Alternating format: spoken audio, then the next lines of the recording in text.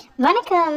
எப்ப பாரு நீட்டு உருளைக்கிழங்கு, கார உருளைக்கிழங்குன்னு போர் அடிக்குதுமா, பாப்பா உருளைக்கிழங்கு செஞ்சு குடு அப்படின்னு என் குழந்தை கேட்டா. பாப்பா உருளைக்கிழங்கு ஒன்றும் இல்லை, குட்டி ஒரு பொட்டேட்டோ தான், ஸ்மால் பொட்டேட்டோ இருக்கு இல்லையா, அதுதான். அதுக்காக நான் பண்ணது இப்படின்ற ரெசிபியை உங்களோட ஷேர் பண்ணிக்கிறேன். குட்டி உருளைக்கிழங்கு வாங்கிட்டு வந்தோம். அதுக்கப்புறம் வேக வச்சுருங்க. உப்பு போடாமல் தான் நான் வேக வச்சேன். அதுக்கப்புறமா ஒரு இரும்பு சட்டி இருந்ததுன்னா ரொம்பவே நல்லாயிருக்கும் ஃப்ரை. கடுகு, உளுத்தம்பருப்பு, மிளகாத்தூள் போட்டுக்கோங்க, மஞ்சத்தூள் போட்டுக்கோங்க. மிளகாப்பொடி நான் சுள்ளுன்னு வேணும்னு 2 ஸ்பூன் மிளகாப்பொடி போட்டேன். கொஞ்சமாக மஞ்சள் பொடி போட்டுக்கோங்க. அதுக்கப்புறமா உப்பு இப்போ சேர்க்குறேன் நான். தனியாத்தூள் போட்டுக்கோங்க. வேக வச்சு தோல் உரிச்சு வச்சுருக்கிற குட்டி உருளைக்கிழங்கு பாப்பா உருளைக்கிழங்குன்னு சொல்லுவாங்க எங்கள் வீட்டில். உங்கள் வீட்டில் எப்படி சொல்லுவாங்க அப்படின்ட்டு எனக்கு கமெண்ட்டில் சொல்லுங்கள். அதையும் போட்டுட்டு நல்லா ஒரு பெரட்டி எடுங்க.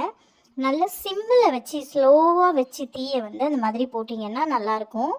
இப்போ இந்த ஸ்டேஜில் நான் சால்ட்டு போடுறேன். ஏன்னா முன்னாடியே சால்ட்டு போட்டோன்னா தோல் உரிக்கும் போது உப்பு உள்ள உருளைக்கிழங்குல இது பண்ண மாட்டேங்குது, படிய மாட்டேங்குது. அதனால் நான் வறுக்கும்போது தான் உப்பு போடுவேன். இப்போ பார்த்தீங்கன்னா சூப்பர் செம்மையான பாப்பா உருளைக்கிழங்கு ஃப்ரை ரெடி ஆயிடுச்சு. ட்ரை பண்ணி பார்த்துட்டு மறக்காமல் எனக்கு கமெண்ட்டில் சொல்லுங்கள். நம்ம சேனலை மறக்காமல் சப்ஸ்கிரைப் பண்ணுங்கள். ஈஸியான சிம்பிளான ரெசிபி உங்களுக்காக வந்துக்கிட்டே இருக்குது.